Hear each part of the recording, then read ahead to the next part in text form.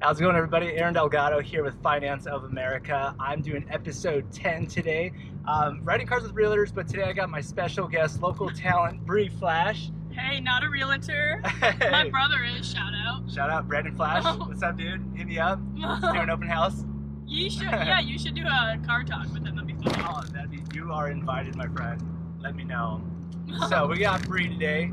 And Bri not only has like the most unique, super cool fashion, but she's a talented singer. Thanks. So I wanted to ask you, how old were you when you first started singing?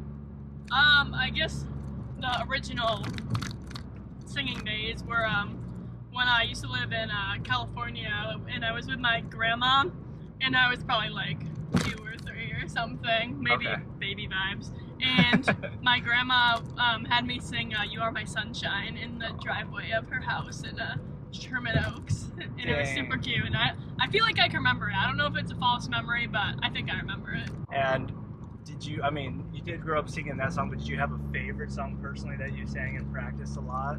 Or still sing today even? I guess there was this one song in elementary school. So I never got solos in choir. Like I always would practice so hard, and I was never good enough. And there's this one song that I was always singing in elementary school. It's called like The Wild Geese or something. It was like, something told the wild geese it was time to go. Here's your redemption. Show them what they missed. I know, right? The solo that Shout we all out. missed out on. Nah, it's cool, but yeah, I guess like a lot of like choir and school songs I was into. I really liked doing like songs in different languages, like Oh, cool. especially like Spanish and like Portuguese, and then I tried to do some others in like other languages, but yeah.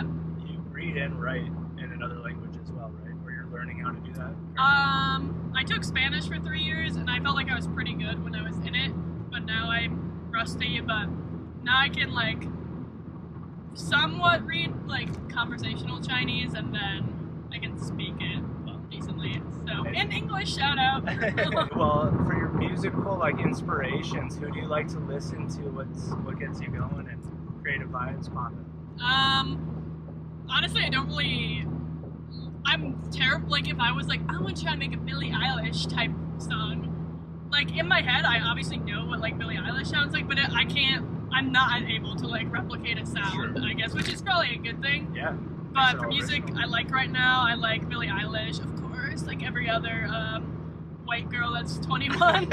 And I like Rex Orange County, Kuko, more like lo-fi and like chill stuff, I guess. Okay. Yeah, Oliver Tree I think is a big one. Yeah. I really like it as Kai well. Dreams, they're great. First song that you came out with the music video is Text Me Back. Yes. Can you, what's that? Is there like a specific moment in your life that made you want to write it? Somebody not text you back? Or? I mean, yeah, I did not get some text backs, but in life, but it was kind of, I was talking with my friends, Cass and Meyer, we all just hanging out, and we were kind of talking about like dating culture and like society and all that, and like how we've all not gotten text back in life, and like how we've also not sent the text as well.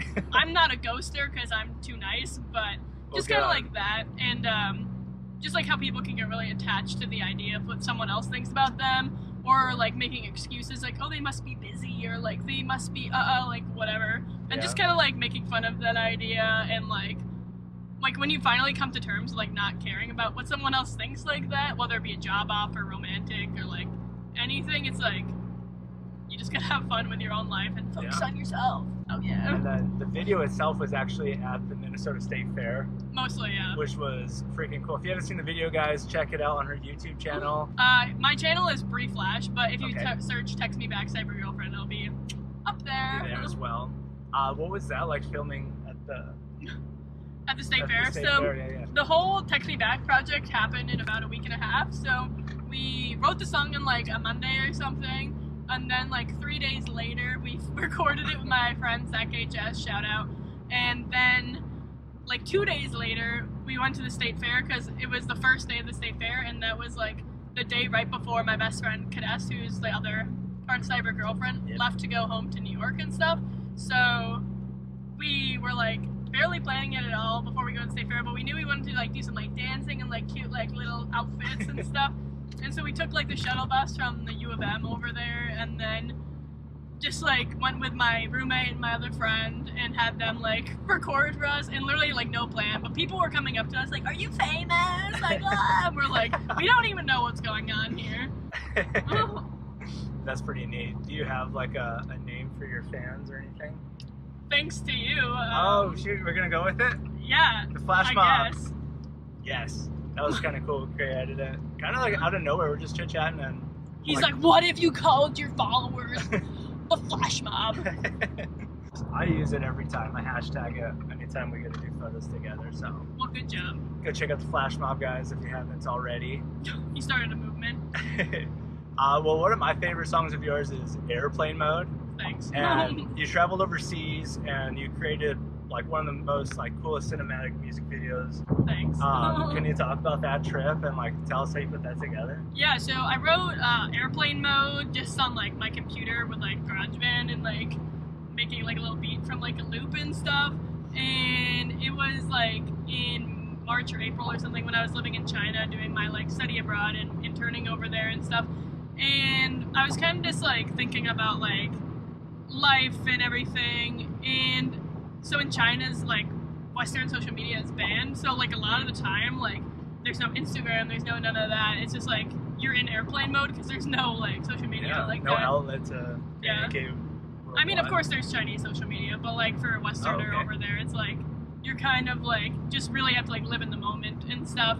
And there was one night when I was just at my dorm or whatever, and like my friends all went out to the club or something, and I'm like straight edge and didn't want to like go out that night or anything. And I was just thinking about like, oh, like this idea of like just turning off and going into like airplane mode. And we had like traveled to an island and to like the Great Wall of China and stuff over like the spring break, and just like going in all these like planes. And like I feel like when you think on a plane, it's just like always about like self-reflection on the trip and just like life. And maybe that's just me, but I miss all of that. And then the video was all the footage from when I was backpacking in Asia for 2 months prior to going to China for half a year. And just like, I really wanted a place to showcase like all my memories that I made there and everything without it just being like a year in review or something. But it came out so good, guys. Well, thanks. I shared it on my Facebook, so you can find it on mine. You can find it on pretty much every social media platform right now. That song's gonna be a hit. And then your third song, Visco Girl. So it's a parody, or it's like it's a parody. Okay. I guess that was just more like for fun to do like a little like short film thing. And like a big thing with my music videos, like Text Me Back and Airplane Mode were more like my own thing, I guess, because I had like written them before. But Visco Girl was kind of like just trying to like hop on the trend and do something fun. And like a big thing I like about like these videos and like just doing stuff in general is like bringing people, especially in the Minneapolis community, together. And like the shoot we just had like this morning, it's like I wouldn't have known like half the people I'm like good friends with without all these like projects just putting on my story like, hey, who wants to help out with something? And if someone like wants to support me like that, like that's like so nice. And it's like of course I like want to be your friend and like do all that. So it's just like more about building a community. Yeah, you're really good at that. I'm all about like giving back to and helping out with, you know, local artists, anybody who's trying to start something up here in Minnesota. And your group of friends is top notch. I don't think I've met anybody that I did not get along with or like had a bad feeling about. So thank you for introducing me to your group of friends as well. Of course, I feel very lucky. I haven't always had an awesome like support, so I feel really thankful like all the time. You definitely got people who have your back for sure, me included. So flashback. All right, so I'm a huge fan of your style. It's unique, it's edgy. Nobody in Minnesota dresses the way you do. Like, do people ever give you like backlash about it, or do you get more, you know, compliments and stuff? I guess I've always dressed weird, like ever since I was a kid. So I'm like used to just people being like, that's different, especially in Minnesota. I guess like, I feel like people always give me dirty looks, but I just don't really care or like notice anymore. Or like today when we were shooting my line at the mall, like people were like, people are giving us weird looks, don't you think? And I'm like, really? I don't care. Like, no, I just feel like I'm so comfortable now. It's like, whatever, just doing my own thing. Well, photos that are coming soon, guys, keep an eye out for them. They're gonna look freaking fantastic. But when does your your fashion line drop, and how can people, buy it?